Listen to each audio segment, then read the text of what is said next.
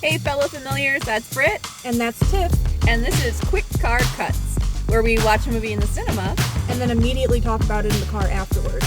Hence, the car. And today, we saw Renfield. Okay, so now that we got the dentures out, Now I have a vampire with a blue tongue. yeah. Because this time I had the freezy. You had the freezy this time. I didn't. I passed on it. So, quick initial thoughts. What did you think it was going to be going into it?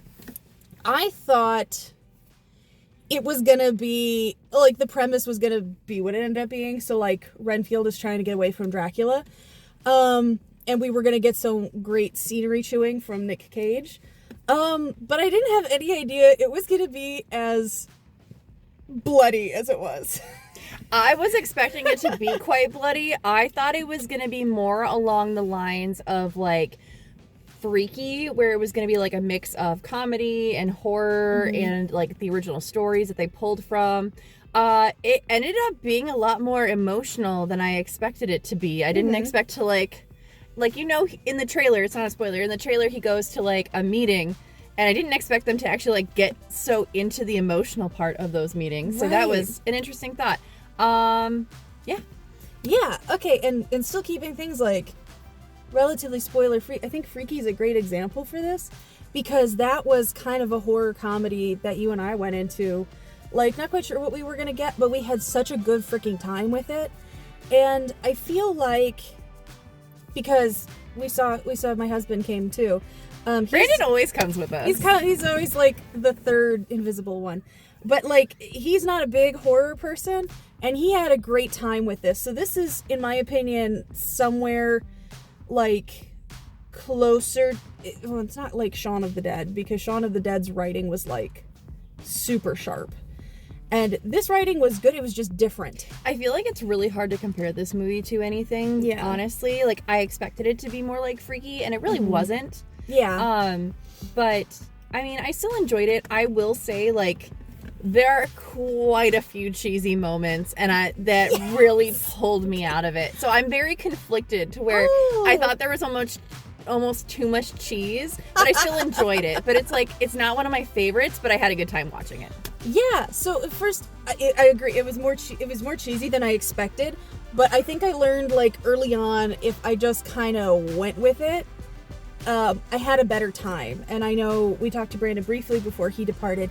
He enjoyed it too for that reason. He said it was just, he described it like a feel-good horror comedy. He's like, it's a feel-good horror comedy. So he had a good time with it, and it's honestly, I think, a pretty good way to spend a Sunday afternoon. Like, I don't know if I'll be adding this one to my shelf personally, but it's one of those movies that if someone's like, hey, I want to watch Renfield, I'd be like, oh yeah, put that on. Sure.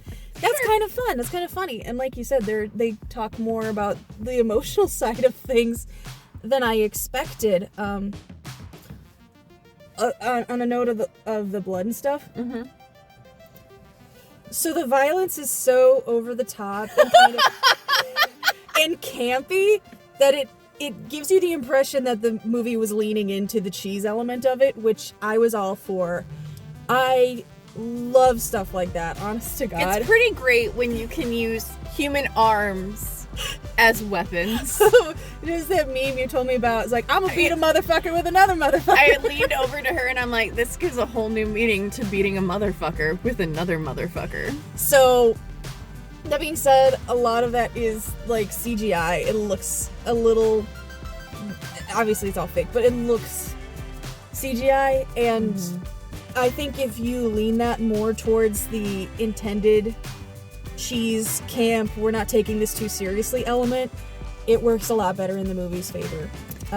If we had to kind of go into the elements that I really, really enjoyed, I loved the opening. I don't know what it is, but the movies we've been seeing lately get me in the opening, because in the opening, it is like a retelling and reshowing of certain scenes from the original Universal Monster Dracula movie. And they comped them in so well. It looked so good. And I'm like laughing hysterically in the best way possible. It was so good. So the opening really, really got me at that point. That I would think was my favorite part of the movie. That was really good. I loved, I can't remember his name, the actor playing Renfield and Nick Cage. Nicholas Hoult, that's it.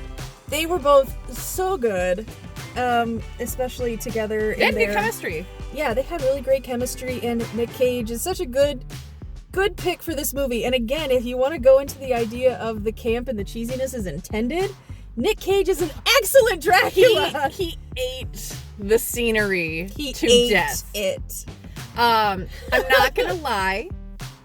So, it's Nick Cage. You know it's Nick Cage. Right. And it pulled me out a little bit sometimes, Mm-hmm. but then he would just eat up the scenery even more, and I'm like, all right, Nick Cage, you go for it. You got this. But it's the one thing I will have to say is the teeth bothered me. Oh, his teeth? His teeth bothered me for the fact of it's special effects teeth, and they look very good, but they are so low that you can tell his gums come down so far to cover his own teeth, and then he has the sharp pointy teeth, and so his mouth is the whole movie he's just like this and barely moving his mouth, and it's that took me out a little bit, but that's more special effects stuff. But I didn't like the design of the teeth. I'm like, that's a lot of gums.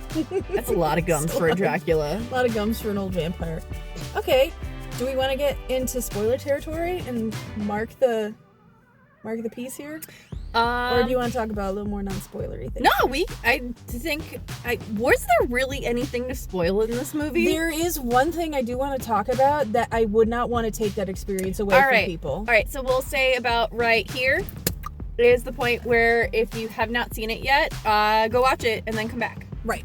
So the thing I wanted to talk about was the scene where Dracula killed the support group. Oh my god, you're right! See, I don't want to take that experience from anyone who wants to have it, because up until this point, he didn't feel scary, and it didn't feel like there were a lot of stakes. Yeah, it didn't feel like there were a lot of consequences. But when he showed up, and that slow motion shot of Renfield being thrown, and just in that short time of him being thrown across the room, seeing Dracula destroy every one of the group members was heartbreaking. That actually made me sad. It made me sad too. And it made him scary. It made him a fucking threat for real. Because you're like, oh, Dracula, he's a threat. But up until this point there needed in the movie, to be stakes. There needed to be a lot of stakes, actually. Which we didn't see one in this movie be used. So they put one in a belt and then just never used it. And they never used a stake. Nope. Which, I don't know how I feel about it. I don't know if I like that it was never used, or if I am upset that it was never used. I could go either way. Mm-hmm. I will say, I feel like out of everybody who saw this, the whole three of us, I feel like out of everyone who saw this, I had the most critiques of it. It was still fun. I am happy to see Awkwafina doing something different, because honestly, I've only ever seen Awkwafina as the silly, goofy friend character who can't take anything seriously. And it was kind of nice to actually see her have more of a serious role in this one. I mean, she still quips. It's Awkwafina. Yeah. But it was nice to see her actually have substance to her role, if that makes sense. Yeah, I don't think I've seen her in anything, at least not that I'm aware of. She's in Ocean's 8, in which case she plays the goofy thief. She is in Shang-Chi, where she plays the goofy best friend. So it was... But my point of it is that I don't know too much of her, and early on in the movie when you're seeing her character out, I didn't quite get that it was gonna be this kind of cheesy, campy thing, and I thought it was just bad writing or bad acting at first, and then I was like, oh no, this is intentional. This is the whole movie. This is intentional. This is what this is supposed to be. And so once I got with the program, I enjoyed it more. Can I tell you about what my favorite thing about Awkwafina's role is? What? Her walk. The whole movie, she's just shoulders down, angry walking, and I'm just like, yes, that is how I walk. Thank you, Awkwafina. I want to bring up a point. Yeah. So in the trailers, she goes, you just bring the villain his Postmates? They didn't say that. No, they cut it out. They changed it, which is good, because I hated that line, actually. Yeah. You just bring him his lunch or whatever. So you're actually said. She's like, so you just deliver his dinner, so you're the vampire's Postmates. Yeah.